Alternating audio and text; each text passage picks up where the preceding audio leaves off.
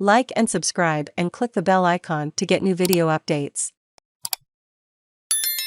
NSW government funds housing modules for communities affected by floods in Northern Rivers. Sportsgrounds, showgrounds and Crown land will be transformed into mini villages to accommodate thousands of Northern Rivers residents left homeless after the devastating floods.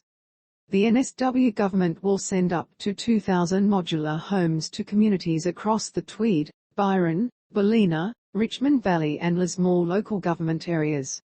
The temporary homes, which will cost a total of $350 million and can house between 1 to 4 people, will be supplemented by supporting infrastructure and amenities like toilets.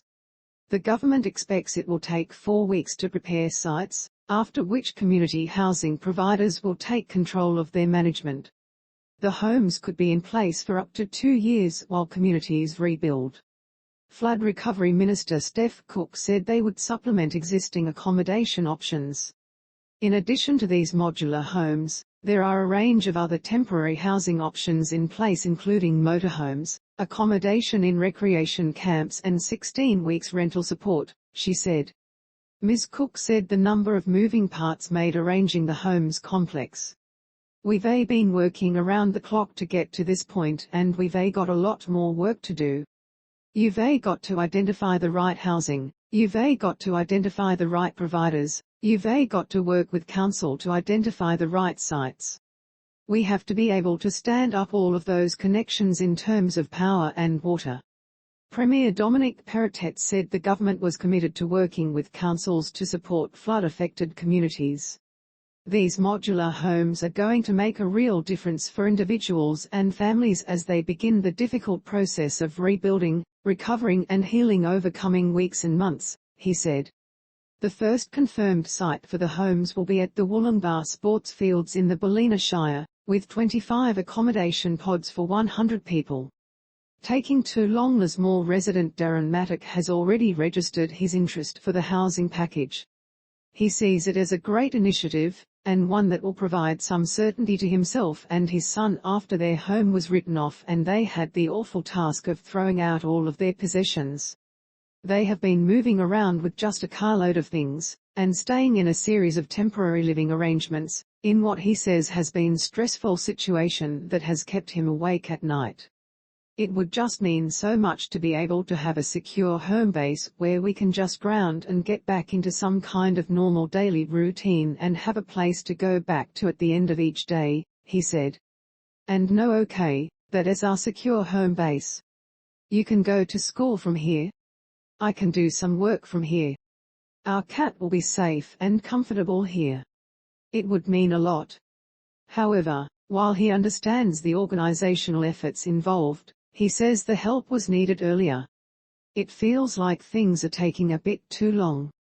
Like we're almost 2 months down the track now since and this project, the modular home program, has only just been announced. I'd love to see things happen more quickly. I think that is the key. And I think doing everything that is possible to try and understand the complex needs of people. Ballina Mayor Sharon Cadwallader said council staff had been working with the state government to work through the logistics of transporting the homes to the region. I am looking forward to all these people being placed in temporary accommodation that is more permanent than what they've had, she said. Ms. Cadwallader said the establishment of mini villages would help residents come to terms with the emotional trauma the floods have brought. The more people can connect and talk with one another and share experiences, the more healing that is for people. Member for Lismore Janelle Saffin has also welcomed the villages, but like Mr Mattock argues they were needed from day one. It is good to see it in writing. And yesterday, myself and other MPs, we did get a briefing on it. And I've welcomed that as well, she said. It will take some time to roll out. It is not going to be here tomorrow. I wish it could be. I am sorry to the people who have to wait, but it takes time to get them in, get them on site and get all the infrastructure around them. The allocated number of homes won't be enough, according to Ms Saffin, but she is pushing for more. There is clearly more that we need. We need a comprehensive package. I welcome every dollar, every announcement, she said.